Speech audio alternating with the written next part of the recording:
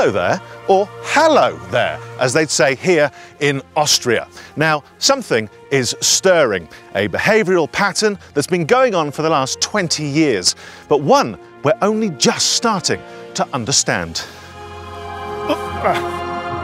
No longer content with the public houses or kebab centres of the UK, we've discovered a genus of festival goer who every year take an annual migration over 900 miles from the UK to Austria. In the first documentary of its kind, we'll attempt to chart this spectacular and often inspiring journey across 5 countries, across land and across the sea. I'm Danny Wallace, and this is March of the Snowbombers.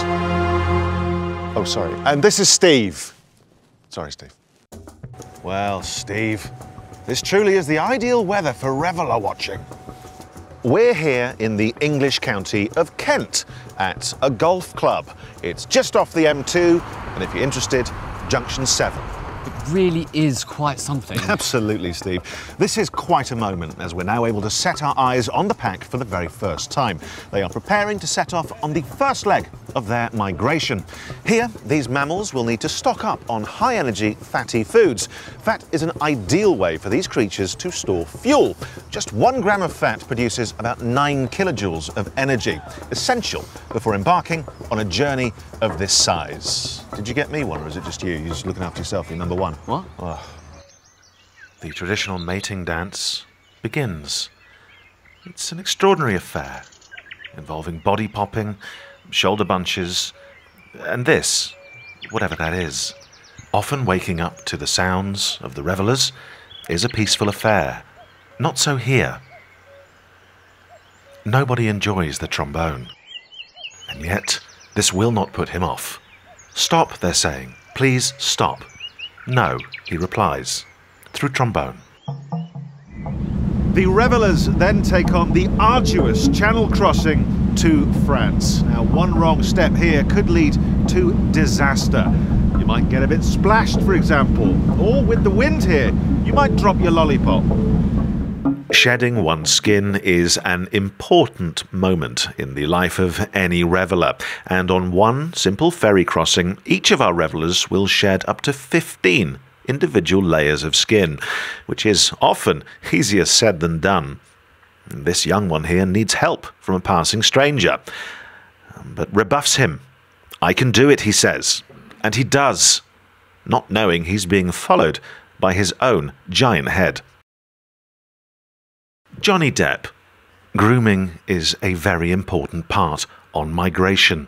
Hygiene is key. Not all creatures will survive the crossing. This stopover in Germany is the first opportunity for the pack to rest and replenish. Here they'll feast and contemplate the many miles yet to travel. I mean, it's truly amazing. Yes. Each member of the pack will be trying to put on as much weight as possible, and it may be many days until they can feed again. Sorry, mate. Sorry, mate. Sorry.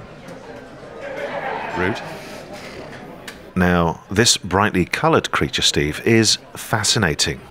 This is an awesome display of culinary might. Absolutely disgusting.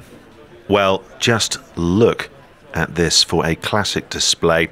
Head down, shoulders hunched. He's finished the 1 pot. He's on to the second already. I've counted 4 mouthfuls, 5, up to 6. Steve, talk us through what he's doing. It may look like a 8. bloodbath, but this is actually 9, very typical behaviour 10, of how a male feeds. 11. Take note of the speckles of food in his fur. 12, 13, 14, 15, 16, and he's done.